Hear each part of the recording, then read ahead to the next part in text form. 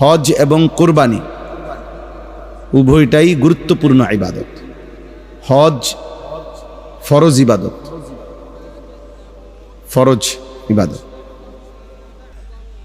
ইসলামের মূল 5টি ভিত্তির মধ্যে একটি ভিত্তি। নবীজি সাল্লাল্লাহু আলাইহি ওয়াসাল্লাম বলেছেন, বুনিয়াল ইসলাম আলা খামস। ইসলাম 5টি ভিত্তির উপরে প্রতিষ্ঠিত। শাহাদাতু আল্লা ইলাহা ইল্লাল্লাহ ওয়া আন্না মুহাম্মাদান রাসূলুল্লাহ। প্রথম হলো কালিমায়ে শাহাদাত, আল্লাহ এবং তার রাসূলের সাক্ষ্য দেওয়া।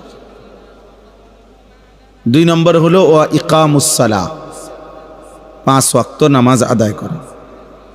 3 নম্বর হলো ওয়া ইতাউজ যাকাত, বছর শেষে হিসেব করে যাকাত দেওয়া, সম্পদের যাকাত দেওয়া। 4 নম্বর হলো ওয়াল হজ, এবং সামর্থ্যবান হজ করা। 5 নম্বর হলো ওয়া সাওমু রমাদান, রমজান মাসে রোজা রাখা।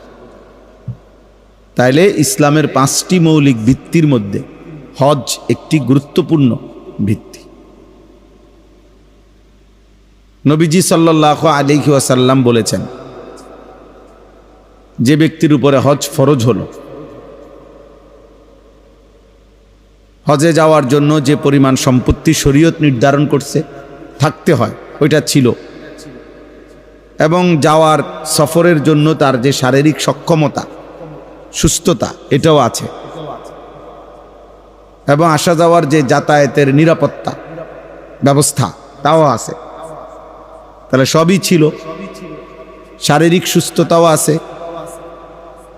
আর্থিক সম্পদও আছে, শরীয়তে নির্ধারিত যেটুকু এটুকু। আপনার কাছে বেশি আছে না কম আছে ওইটা দেখার বিষয়। ইসলামী শরীয়ত একটি নির্দিষ্ট পরিমাণ নির্ধারণ করে দিছে, ওইটা থাকা, আর হলো আসা যাওয়ার পথ নিরাপদ থাকা। তাহলে সব কিছুই ঠিক ছিল, কোনো বাধা, কোনো প্রতিবন্ধকতা নাই। শরঈ মানে যৌক্তিক, শরীয়ত যেগুলাকে বাধা বলছে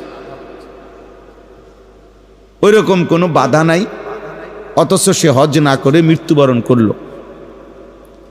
নবী সাল্লাল্লাহু আলাইহি ওয়াসাল্লাম বললেন, হয়তো সে ইহুদি হয়ে মরল, নয়তো খ্রিস্টান হয়ে মরল, এটা বেঈমান হয়ে মরল, মুসলমান হয়ে মরল না।